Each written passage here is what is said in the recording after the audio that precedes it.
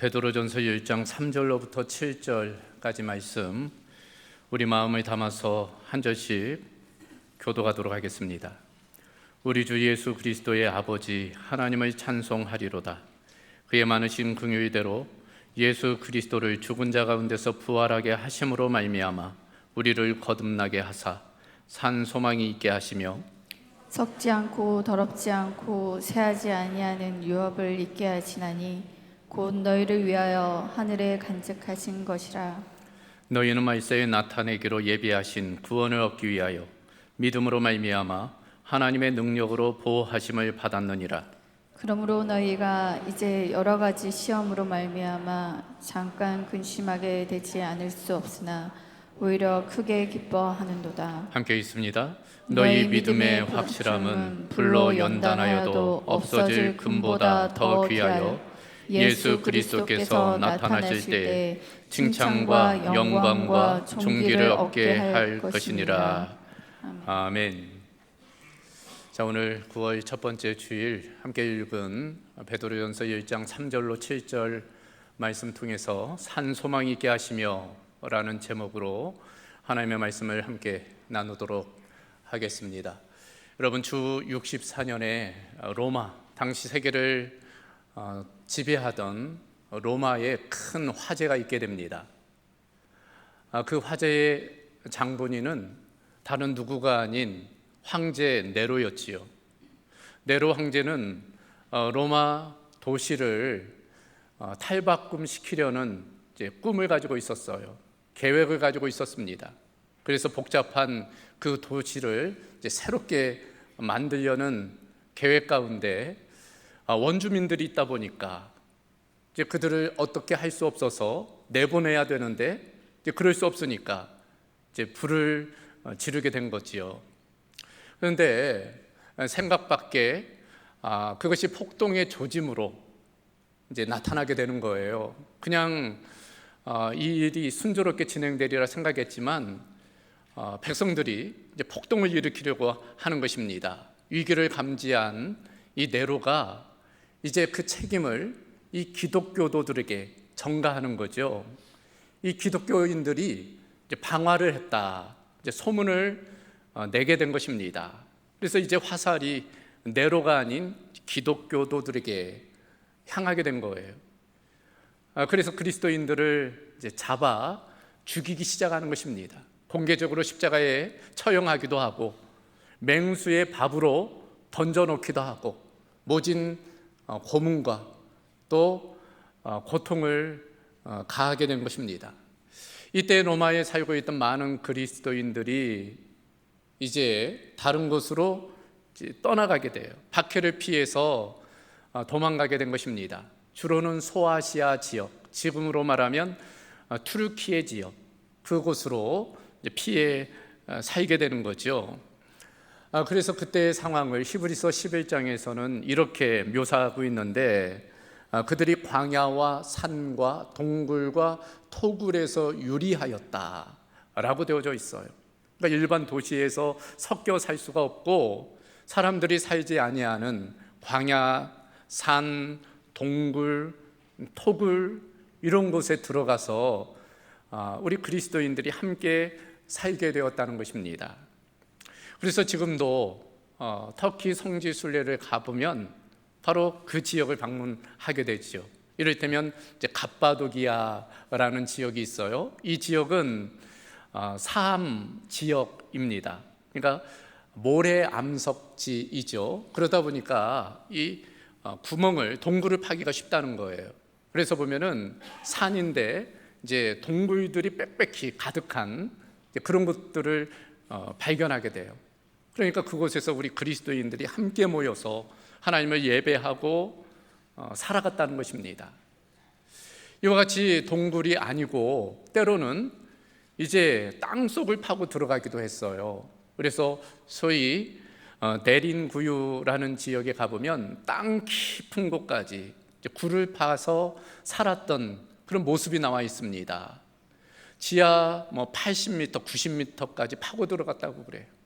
그래서 수많은 동굴들이 서로 연결된 모습을 보게 됩니다. 기록에 따르면 이곳에서 태어나서 이곳에서 죽은 사람들도 수없이 많았다는 거예요. 자, 오늘 베드로는 바로 그와 같은 흩어진 성도들에게, 지금 고통받고 있는 그 그리스도인들에게 편지를 하나 보내고 있는 것입니다. 그것이 바로 이 베드로 전서이지요. 그 편지 서두에 베드로는 이렇게 안부를 묻고 있습니다. 예수 그리스도의 사도 베드로는 본도, 갈라디아, 갑바도기아, 아시아와 비두니아에 흩어진 나그네 곧 택하심을 받은 자들에게 편지하노니 은혜와 평강이 너희에게 더욱 많을지어다. 그와 같은 고통 가운데도 하나님의 은혜, 하나님의 평강이 그들 가운데 있기를 기원하고 있는 것입니다. 그러면서 바로 이 편지를 쓰는 목적을 이야기하는 거예요. 그것이 오늘 우리가 함께 읽은 3절 이하의 내용입니다.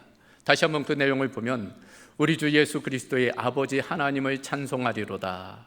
그의 많으신 긍휼대로 예수 그리스도를 죽은 자 가운데서 부활하게 하심으로 말미암아 우리를 거듭나게 하사 산 소망이 있게 하시며. 편지의 목적입니다. 이 편지의 주제예요. 무엇입니까? 소망이죠. 바로 어찌 보면 인간적으로는 절망 가운데 있는 그들에게 산 소망, 살아있는 소망, 그 살리는 소망을 알게 해주기 위해서 베드로는 이 편지를 지금 쓰고 있는 것입니다. 하나님, 그 하나님께서 부활하신 그리스도로 말미암아 너희를 거듭나게 하사 산 소망이 너희에게 있게 하시기를 내가 원한다 라고 지금 이야기하는 것입니다. 그래요, 소망은 두 종류로 나누어 주지요. 죽은 소망이 있고 산 소망이 있어요. 어떤 소망은 썩은 동아줄 같은 소망이 있어요. 소망인 줄 알았더니 결국에는 썩은 동아줄처럼 오히려 죽게 만드는 소망이 있습니다. 그러나 성경에서 이야기하는 그 소망은 살아있는 소망이라는 거예요. 우리를 살리는 소망이라는 것입니다. 베드로는 바로 그것을 지금 고통당하는 박해받는 성도들에게 이야기하고 있는 것입니다. 더불어 오늘을 살아가는 우리에게도 그 소망을 알게 하고 있는 것입니다. 그리고 우리 기독교 신앙의 중심에는 소망이 있어요. 우리의 신앙의 뿌리는 소망에 있고 우리 신앙의 방향도 소망에 있는 것입니다. 그런 측면에서 오늘 우리는 이 베드로 사도의 이 말씀을 통해서 우리의 가진 소망을 한번 점검해 보려는 것입니다. 우리의 소망의 뿌리가 어디에 맞닿아야 되는가? 우리의 소망이 어디를 향해야 되는가? 그리고 그 과정에서는 우리가 어떻게 살아가야 되느냐? 이 세 가지를 말씀을 통해 함께 살펴보려고 합니다. 그 첫 번째, 우리 소망의 근거예요. 우리 소망의 뿌리입니다. 그것은 부활하신 주님을 믿기 때문이라는 거예요. 한번 따라해 보겠습니까? 부활하신 주님을 믿기 때문입니다.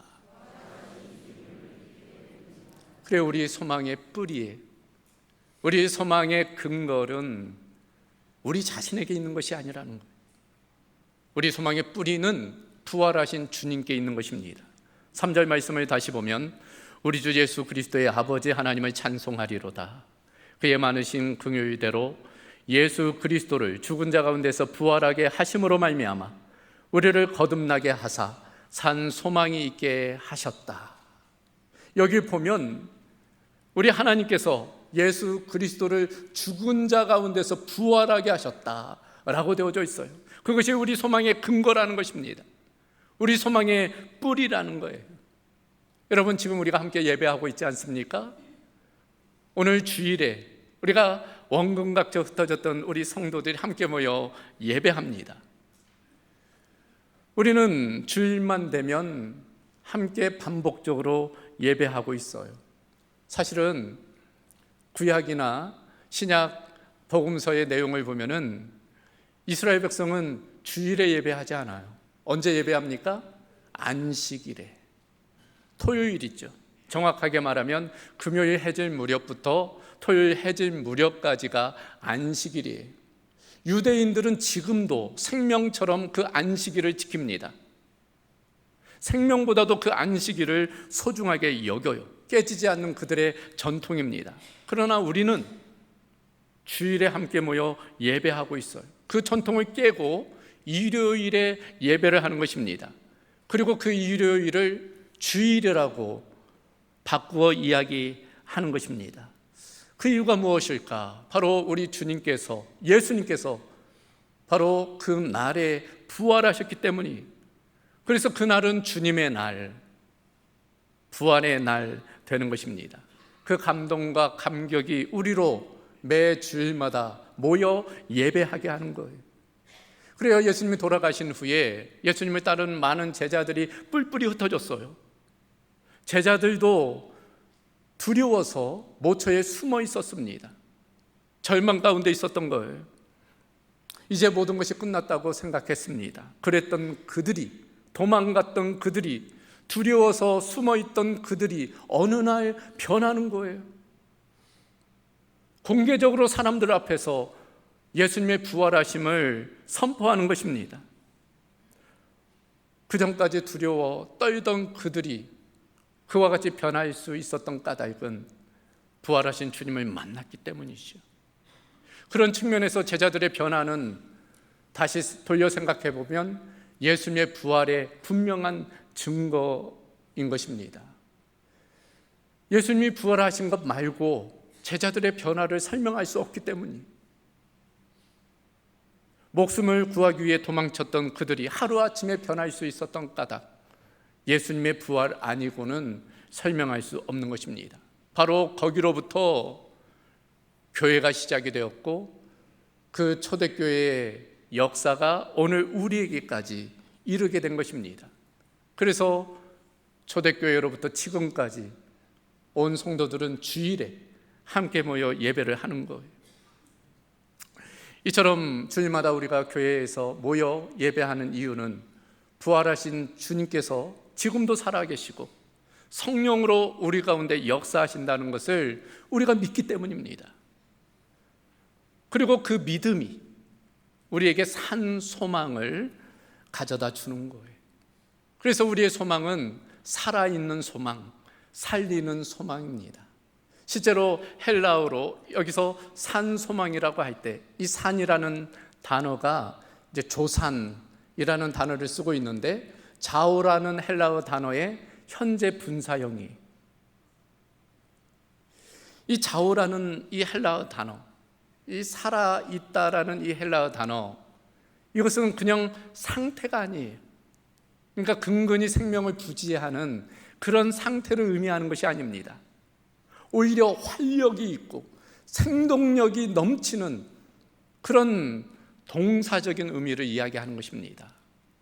그래서 이 자오라는 단어가 쓰인 성경의 구절들마다 생동감이 넘쳐요. 이를테면 요한복음 7장 37절 이하입니다. 예수님의 초막절 설교 중에 이렇게 예수님 선포하시죠. 누구든지 목마르거든 내게로 와서 마시라. 나를 믿는 자는 성경의 이름과 같이 그 배에서 생수의 강이 흘러나오리라. 마치 샘물이 샘솟아 올라오듯 예수님을 영접할 때 그 예수님의 우리 심령 가운데 살아 역사하신다는 거예요. 자오라는 단어입니다. 더불어서 히브리서 4장 12절에도 이 자오라는 단어가 나오는데 하나님의 말씀과 연관되어져 있어요. 하나님의 말씀은 살아있고 운동력이 있어. 좌우의 날선 어떤 것보다 예리하다 할 때, 살아있다 할 때 바로 이 자오라는 단어를 씁니다. 살아 역사한다는 거예요. 우리의 영과 혼과 관절과 골수를 쪼개고 우리의 심령을 새롭게 하는 능력이 그 하나님의 말씀의 생명력 가운데 있다는 것입니다. 부활하신 주님께서 지금도 우리 가운데 살아 역사하시기 때문에 우리에게 주시는 소망은 우리를 살리는 참된 소망이라는 것입니다. 어떤 기독교 가정에서 한 아버지가 자녀에게 십자가 사건을 설명해 주었다는 거예요. 한참 이야기를 듣던 아들이 아주 침통하고 슬픈 얼굴로 아버지께 묻습니다. 아버지, 그때 예수님이 정말 돌아가셨어요?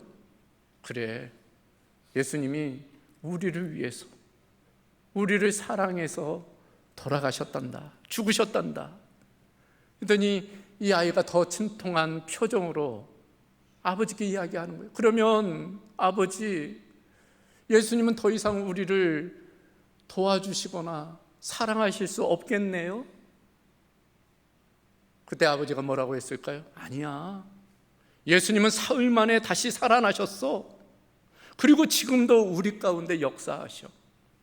우리를 사랑하시고 우리를 도와주셔. 그때 아이의 표정이 어떻게 되었을까요? 아이의 표정이 바뀌었다는 거예요. 침통하고 슬픈 표정에 있던 아이가 얼굴이 한박 웃음으로 가득했다는 것입니다. 부활의 소망이죠. 주님의 살아계심에 대한 믿음인 것입니다. 그래요, 우리 그리스도인이 소망 가운데 살아갈 수 있는 이유가 무엇일까요?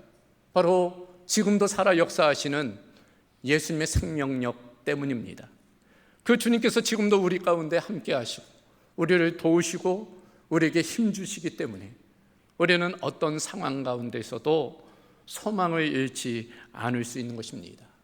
그런 측면에서 우리 모두는 늘 지금도 살아 역사하시는 그 주님을 찬양하며 예배하며 나아가야 될 줄로 믿습니다. 그 주님을 신뢰하며 또 소망 가운데 나아가야 될 줄로 믿습니다. 그래요, 여러분, 소망의 근거가, 소망의 뿌리가 어디에 있느냐가 중요해요. 우리의 소망의 근거는 나 자신에게 있는 것이 아닙니다. 우리는 조석변이, 우리의 지식, 우리의 경험, 우리의 능력은 늘 제한돼요. 거기에 소망을 두면 그것은 언젠가는 사라지게 됩니다. 변치 않는 것, 영원한 것, 곧 부활하신 주님께 우리의 소망의 뿌리를 깊이 내려야 될 줄로 믿습니다. 그런 산소망으로 살아가는 저와 여러분 되기를 주님의 이름으로 축원합니다. 두 번째로, 우리의 소망이 산소망인 이유, 그것은 천국의 유업을 약속으로 받았기 때문이에요. 한번 따라해 보겠습니까? 천국의 유업을 약속으로 받았기 때문입니다.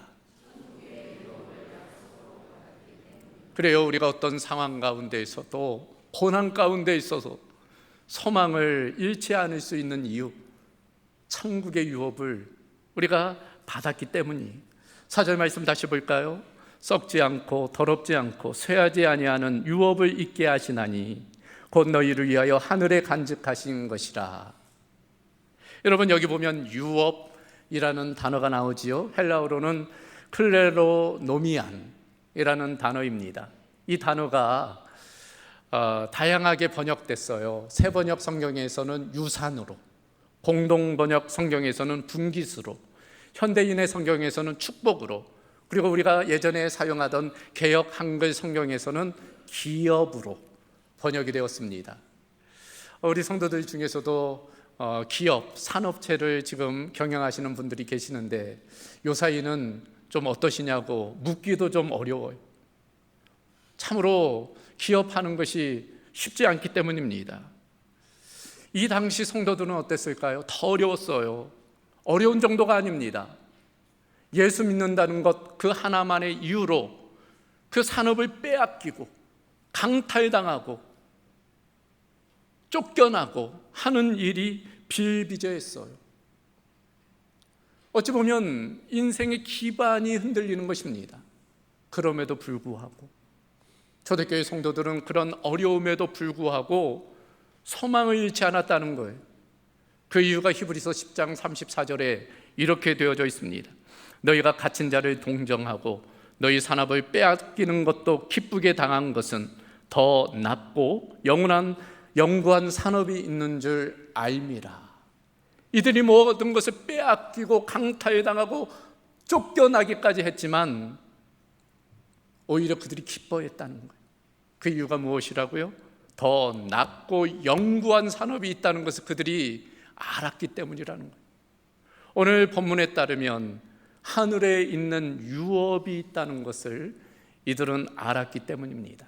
그와 같은 하늘의 유업, 천국의 유업은 이 땅에서의 유업, 기업, 산업, 분깃, 유산과는 다른 것이기 때문에 그들은 소망을 잃지 않았다는 거예요.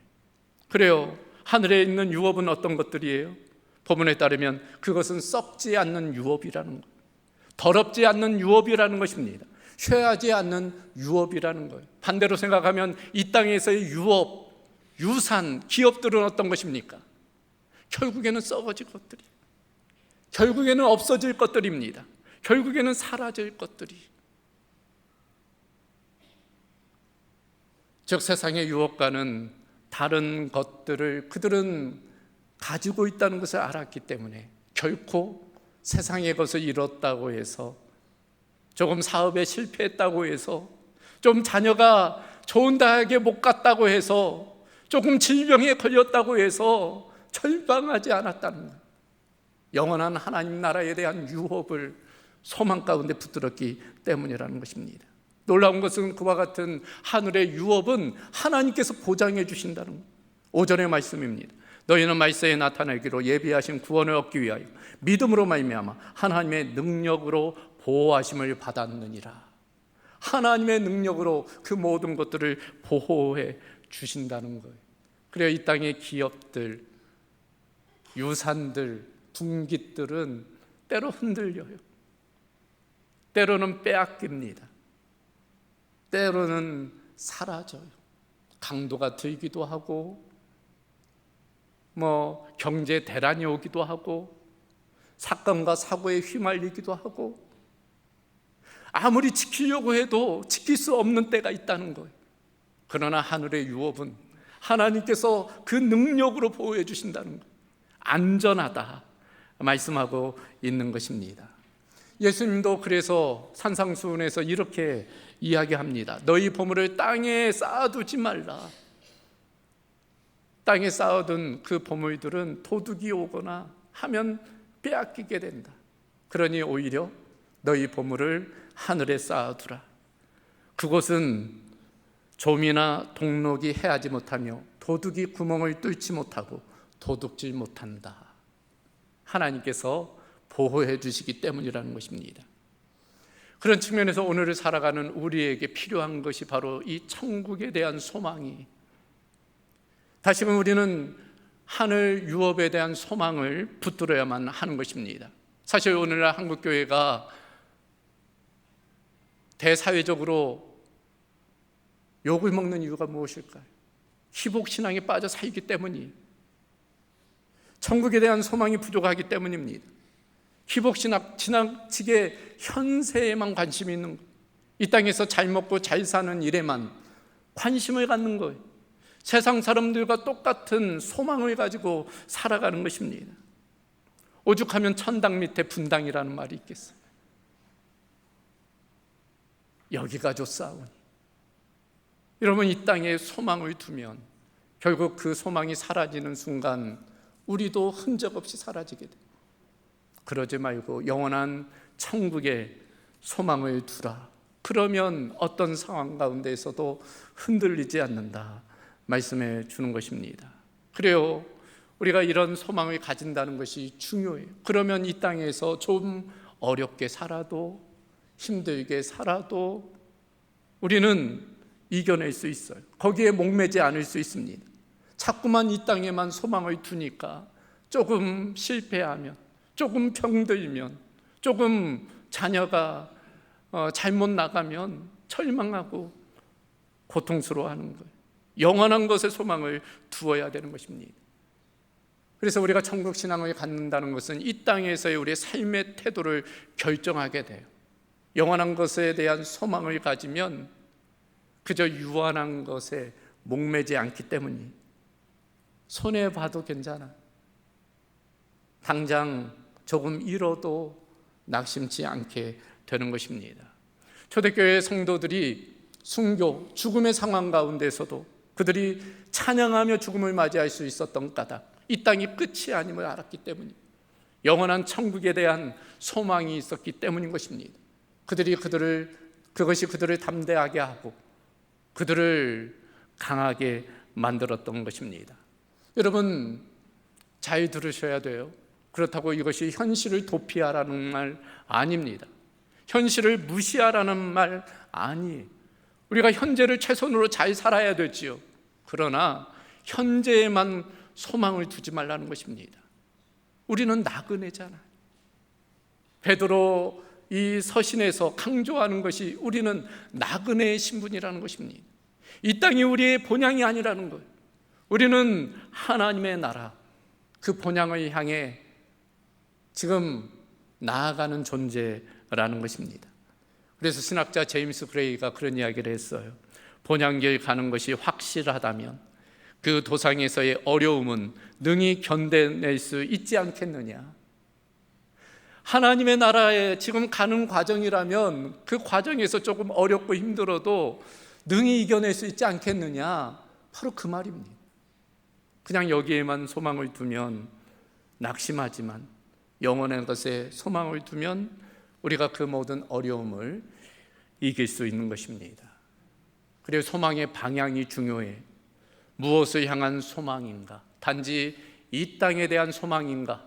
그것은 사라지고 없어질 것들이, 우리는 영원한 것들을 소망하며 나아가야 될 줄로 믿습니다. 오늘 이 시간을 통해서 그와 같은 영원에 대한 소망이 다시금 우리 가운데 충만하기를 주님의 이름으로 축원합니다. 마지막 세 번째로 우리의 소망이 산 소망인 이유, 그것은 시련은 믿음을 강화시키기 때문이. 한번 따라해 보겠습니까? 시련은 믿음을 강화시키기 때문입니다.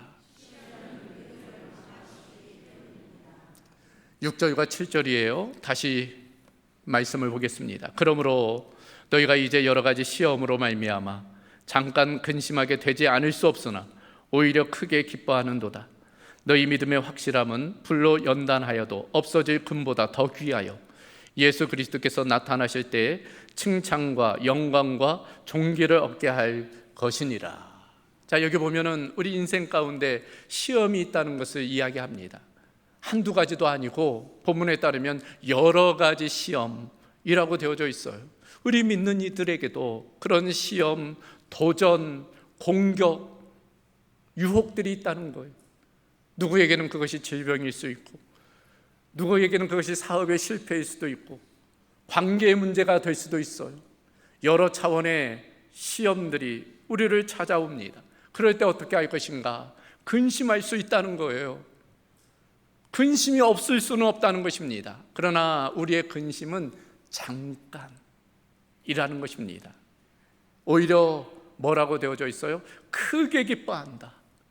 오히려 그 시험 가운데, 그 시련 가운데 우리는 크게 기뻐한다는 거예요.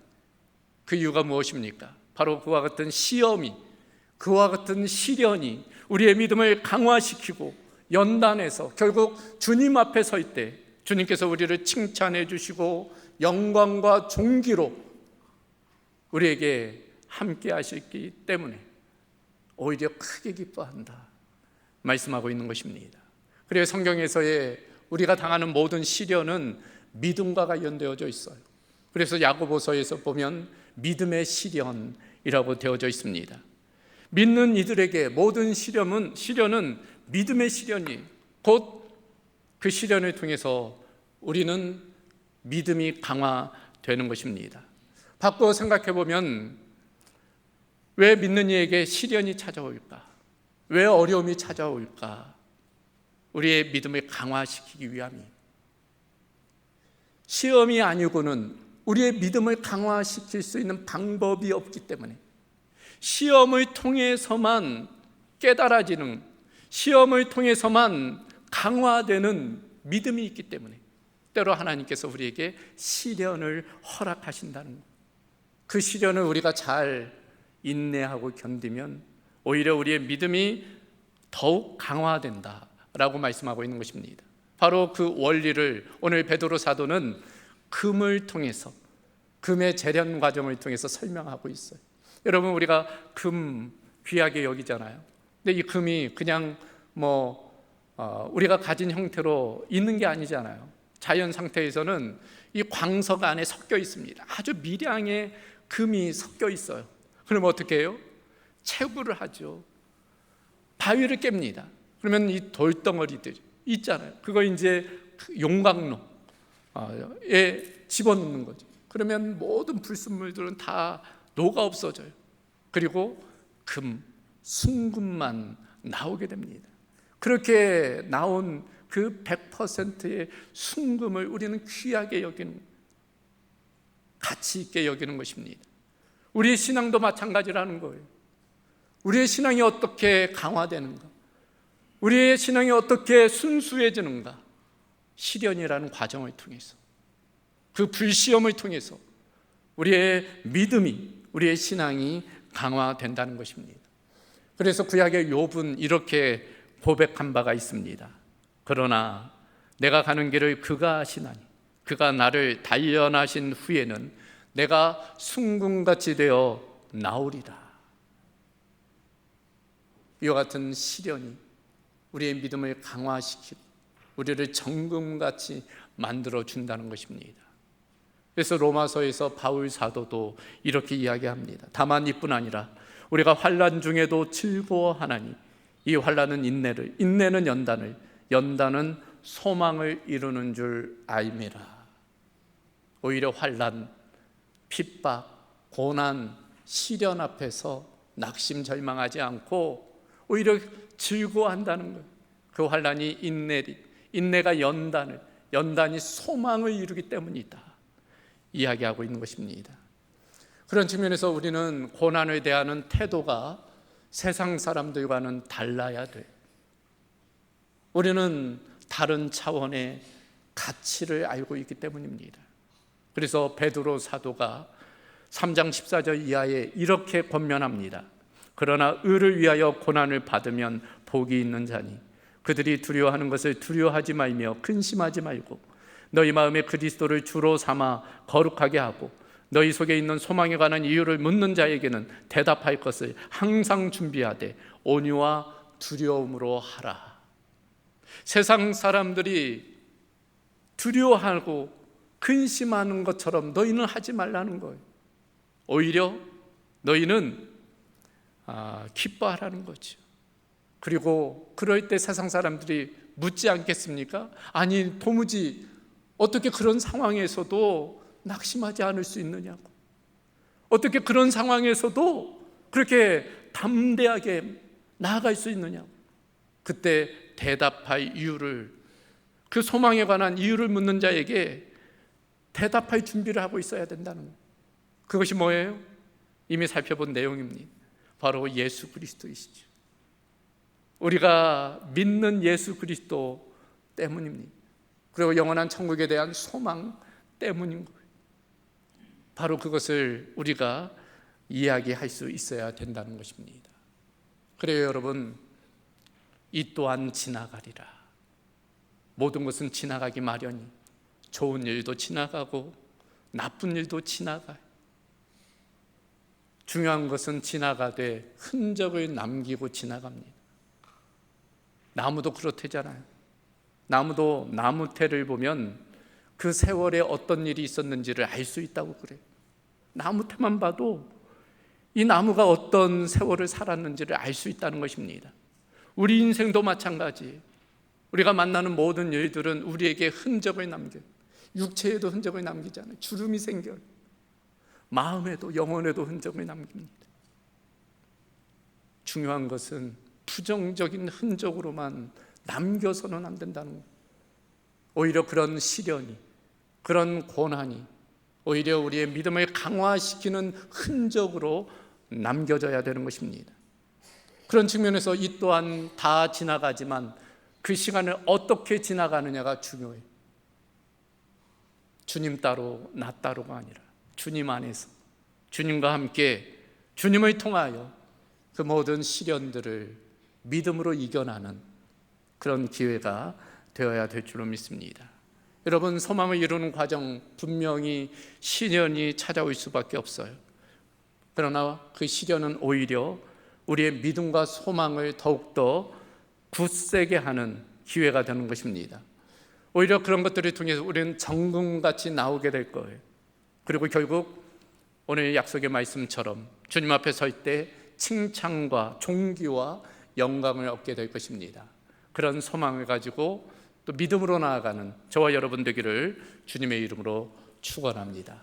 자, 오늘 말씀을 정리합니다. 오늘 산 소망에 관한 내용이, 소망에는 산 소망, 살리는 소망이 있고 죽은 소망, 죽이는 소망이 있어요. 어떤 소망은 붙잡으면 썩은 동아줄이라 우리를 죽음으로 이끕니다. 그러나 어떤 소망은, 참 소망은 우리를 영원한 생명으로 이끌어요. 그 소망의 근거가 무엇입니까? 우리 자신에게 있지 않아요. 우리의 소망의 근거와 뿌리는 오직 부활하신 예수 그리스도에게 있는 것입니다. 그 소망의 방향은 무엇일까요? 그저 이 땅 썩어질 것에 대한 소망이 아니에요. 우리는 영원한 것에 대한, 하늘 유업을 향한, 하나님의 나라를 향한 소망으로 나아가는 것입니다. 그 과정에서는 시련이 있어요. 고난이 있습니다. 그러나 그 고난과 시련이 오히려 우리의 믿음을 강화시키고 우리의 소망을 분명하게 하는 줄로 믿습니다. 그와 같은 마음으로 나아가는 저와 여러분 되기를 주님의 이름으로 축원합니다. 자, 이 시간 우리 한번 기도하십시다. 주신 말씀 기억하며 자신의 소망을 한번 돌아보시기 바랍니다. 여러분 지금 무엇을 소망하고 있어요? 그저 자녀가 잘 되는 것, 그저 사업이 성공하는 것, 건강하는 것, 여러분 그 모든 것들, 없어질 것들이, 그런 것들은 있다가도 사라지는 것들입니다. 우리의 소망은 그런 것들이 되어서는 안 됩니다. 영원한 것들, 하나님의 나라, 그리고 그 근거는 예수 그리스도, 부활하신, 지금도 살아 역사하시는, 우리를 거듭나게 하시고 하늘 유업을 우리에게 허락하시는 그 주님이 우리의 소망의 근거인 줄로 믿습니다. 여러분 그 주님을 붙드시기 바랍니다. 그 주님을 소망 가운데 붙드시기를 바랍니다. 주님께서 나를 붙드신다는 것 또한 기억하시고 이 시간 우리 한번 기도함으로 나아가도록 하겠습니다. 감사하신 아버지 하나님, 오늘 산 소망에 관한 내용을 함께 살펴보게 하심을 감사합니다. 우리가 죽은 소망이 아니라 그저 이 땅에서 사라질 것들을 소망하며 살아가는 것이 아니라 영원한 하나님의 나라를 소망하며 나아가는 은혜가 있게 하여 주시옵소서. 그 근거와 뿌리가 우리 자신에게 있지 아니하고 부활하신 주님, 지금도 살아 역사하시며 우리와 함께 하시는 하나님께, 그 주님께 있는 줄로 믿습니다. 그 주님을 통해 주님을 함께 넉넉히 그 모든 어려움들을 이겨내 나가는 우리 모든 성도들의 삶이 되게 하여 주시옵소서. 주님 역사하여 주시옵소서. 감사하신 아버지 하나님, 오늘 산 소망에 관해 함께 나누게 하심을 감사합니다. 죽은 소망이 아니라 영원히 우리를 살리는 산 소망 되시는 예수 그리스도를 늘 붙들며 또 영원한 하나님의 나라를 소망하며 나아가는 우리 모든 성도들의 삶이 되게 하여 주시옵소서. 그 과정에서 때로 시련과 또 공격과 또 어려움이 있을지라도 그로 인하여 절망하지 아니하게 하시며 오히려 더욱 굳세게 소망을 붙들며 믿음으로 나아갈 수 있도록 주 성령님 함께하여 주시옵소서. 모든 것 주께 부탁하오며 예수 그리스도의 이름으로 기도하옵나이다. 아멘.